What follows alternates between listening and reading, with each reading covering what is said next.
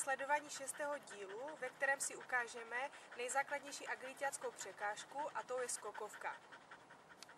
Výšku skoku si nastavíme podle kohoutkové výšky psíka a podle stáří.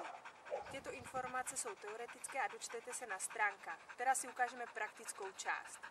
Teraz si ukážeme práci na jedné skokovke s mediáckým psíkom, který už preteká, takže můžeme mít tuto výšku. S tím, že tedy první krok je takový, že psíka dáváme blíž ku prekážke, dáváme ho do prostředka a máme dvě možnosti. Buď trénujeme na hračku, nebo na pamlsek. Pamlsek samozřejmě dáváme do nějaké misky, aby ten psík misku viděl. Pokládáme si ju nějaké 2 až 3 metry za prekážku. To samé děláme i s hračkou. Můžeme tu hračku položit, anebo tu hračku můžeme tomu psíkovi vlastně takto hádzat, aby vlastně viděl, že ta hračka jde cez tu prekážku a aby skákal. Začínáme na úrovni toho psíka, ale velmi důležité je, aby jsme stáli vedle bočnice, takže odložíme si psíka, to už máme natrénované z 5. dílu. Já se postavím jako psovod vedle bočnice na úroveň psíka a buď házím hračku, anebo psíka vysílám na tu hračku, kterou jsem si tam položila. Hej? A jdem so psíkom dopredu. Tak, kamarádka Maťa vám to predvede so psíkom.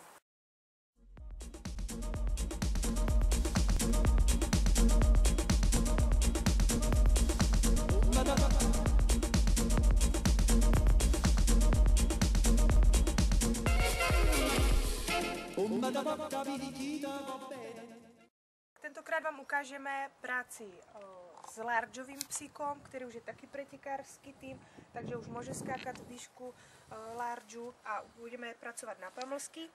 Takže keďže je to largeový pes, musíme rátat s nějakým doskokem, takže mu to nebudu dávat hned za prekážku, musím mu to dát aspoň 2-3 kroky ďalej, hej, aby mohl v kludě doskočit a zobrat si ten pamlsek. Zase se stavíme vedle bočnice, aby jsme mohli přímo běžet k těm pamlskům. Takže samozřejmě, že tyto cviky trénujeme na levou i pravou ruku, takže keď jsme na úrovni psíka a idem na levou ruku, ukazuju levou rukou, nikde se k psíkovi netočím takto proti tělem, hej? Takže levá ruka na levou stranu, pravá ruka, ukazuju pravou rukou a idem so psíkom. Tak, další fáze je ta, že netrénuju so psíkom iba priamy úhel. Jakmile si toto natrénuju, tak ty úhly měním. Takže idem. Dávám si hračku takto, aby psík behal, takto, takto, takto, aby si tu prekážku hledal.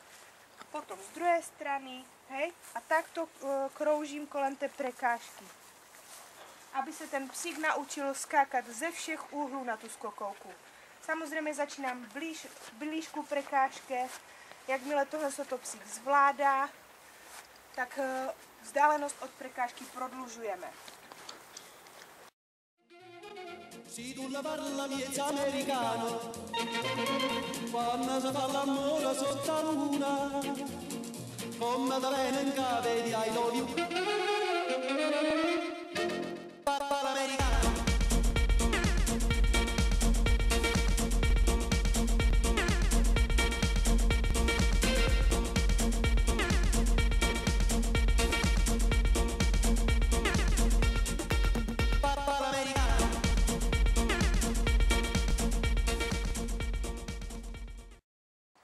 Teraz si ukážeme skokovou prekážku s largeovým psíkom, kdy budeme prodlužovat vzdálenost od prekážky, ale budeme na úrovni psíka.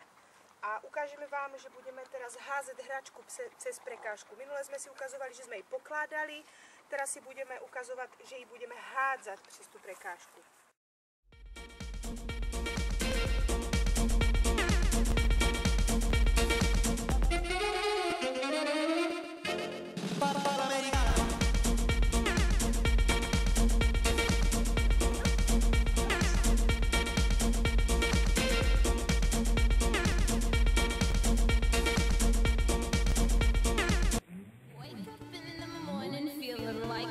Hey, what up, girl?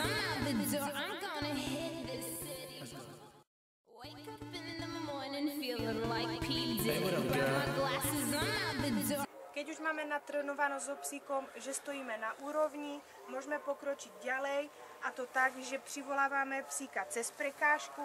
To znamená, že si psíka odkládáme zase najskôr blížku prekážke. Ja se stavím taky blížku prekážke, ale zase stojím vedle bočnice. Nikdy nesmím stát tak, aby ten psík vlastně neměl kam skákat. To je špatně. Takže zase postavím se vedle prekážky, buď si hračku odkládám, nebo si tam dávám pamlsek, alebo taky můžu tomu psíkovi zase házet tu hračku. Jo, stále máme tieto tri možnosti. Stále trénujeme na levou stranu, to znamená, že ukazuju levou rukou. To samé trénujeme na pravou stranu, takže ukazuju pravou rukou. Zase opakuju, nikdy nedávám proti ruku, proti tělo. Tento signál pro psíka by mal znamenat úplně jinou věc. Takže pravá ruka, levá ruka. Teraz si to ukážeme zase na largeovém psíkovi. Let's go.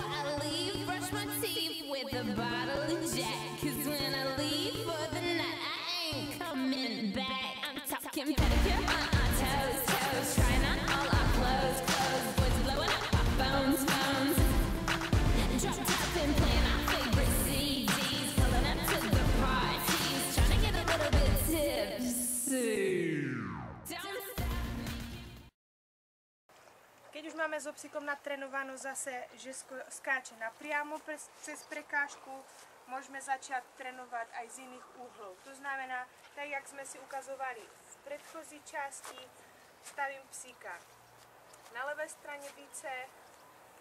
Jo, samozřejmě měním postupně tieto fáze. Tady, tady, tady, tady, tady. A zase se dostanu do nějaké této i fáze, aby ten psík vedel skočiť tu prekážku i takto z boku. Hej, takže na to nesmíte zabúdať, že opravdu ten psík musí umět skočiť tu prekážku po celé úrovni té skokovky.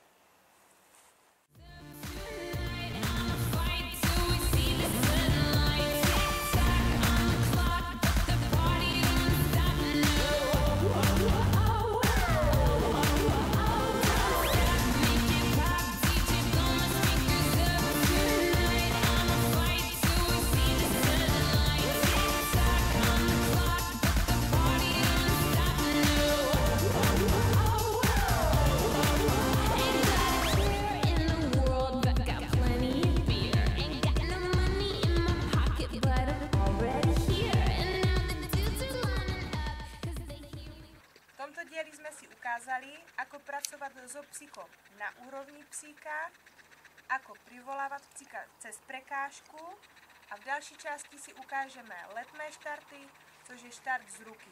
Těšíme se na vás, majte sa!